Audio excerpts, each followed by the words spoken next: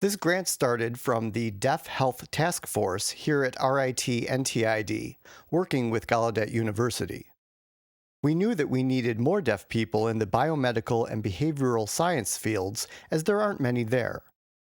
So we're trying to find out how to improve the number of students in those majors. The NIH had a grant to help minority students enter PhD programs by training them for a master's degree. Once they had strengthened their master's degree program, they could move on to PhD programs. We were very excited to learn that after applying for the grant, we got it.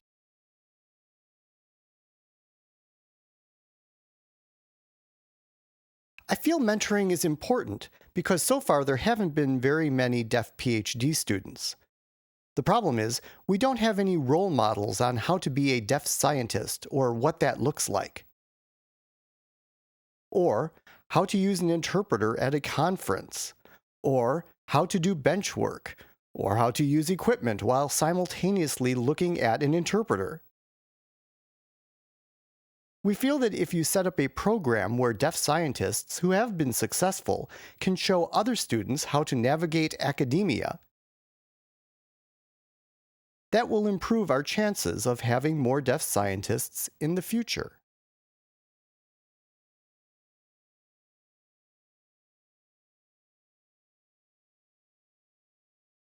It's always been hard for me to start things on my own. If someone guides and encourages me, then I know I'll have a fine start. It's the beginning that's difficult, so it's nice to have the additional help from this program. I think this program is perfectly suited for me to transition from my master's to my PhD studies. There's plenty of support provided for us, like tutors and curriculum planning. It's everything I'll need to feel like I can progress efficiently through my studies with their help.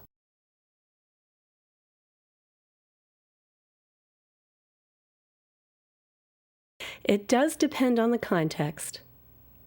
However, as it relates to me as a deaf person, I can share some of my experiences. Sometimes the interpreter is not attentive or isn't the best. It's sensitive, but you have to know your rights and advocate for yourself. You need to be able to articulate the reasons you are not satisfied, whether it is because the interpreter is not behaving professionally, doesn't have the requisite skills, or is not providing you with the information needed. There are other barriers too. For example, when I was applying to graduate schools, I spoke with a variety of faculty from each of the universities I applied to. I heard a singular piece of feedback again and again. They all said, "You do not have enough experience." That's a difficult place to be, because if I don't have the experience and I apply for opportunities in which I will gain experience, it's a catch-22, and I'm still going through it. I don't really feel like I face many barriers, though being deaf poses some challenges. However, I persevere through them to get what I need. Like Gina said, if I'm not satisfied with the skill of an interpreter, I'll request to have a different one that will meet my needs. English is my second language, so I face some challenges with scientific writing. I suppose that is one barrier I have. But with my teachers' and tutors' help, I know I can work on and improve those skills.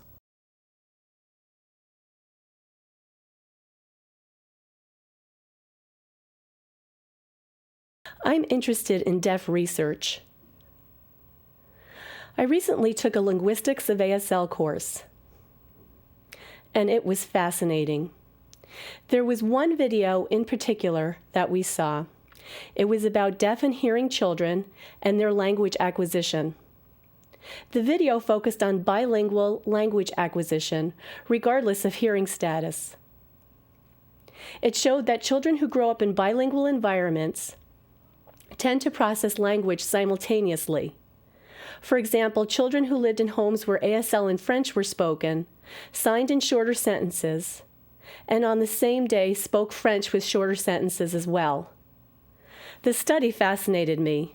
I would love to be involved in that type of research. My goal is to get my PhD in toxicology. After that, I'd like to run my own research studies, or work for a government agency like the NIH, or maybe even become a professor. I'm keeping my options open for now.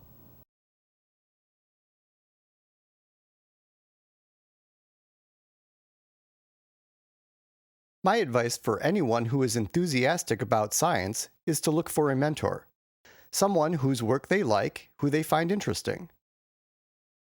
Go ahead and contact that person. Get to know them. You'll be surprised how many people are willing to respond and explain their work to you. That way, you can start to see how that work looks, and you can find out how they got to be where they are today. Don't limit yourself, because you really don't know what you'll be interested in as an adult. I always used to think that I would work with animals, and I'm not. Also, don't be afraid to ask for help. Sometimes, as Peter said, you'll find help from people that you weren't expecting it from.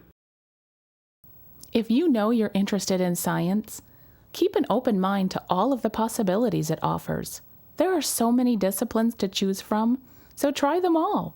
Take advantage of any opportunity that comes your way. Don't miss out on anything, because that's how you'll find your true passion.